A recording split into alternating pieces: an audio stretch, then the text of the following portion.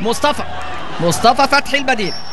مصطفى فتحي لاعب المنتخب الاولمبي. بقول لحضراتكم لعب مباراه تنزانيا، مصر مع تنزانيا تفوقت 3 وعلى تشاد 5-1 في مجموعه فيها نيجيريا.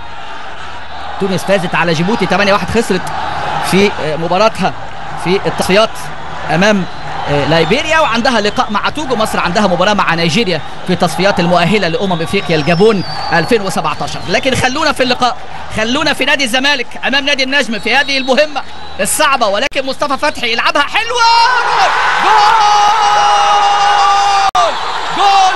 جول للزمالك. الله يا زمالك، الله يا زمالك.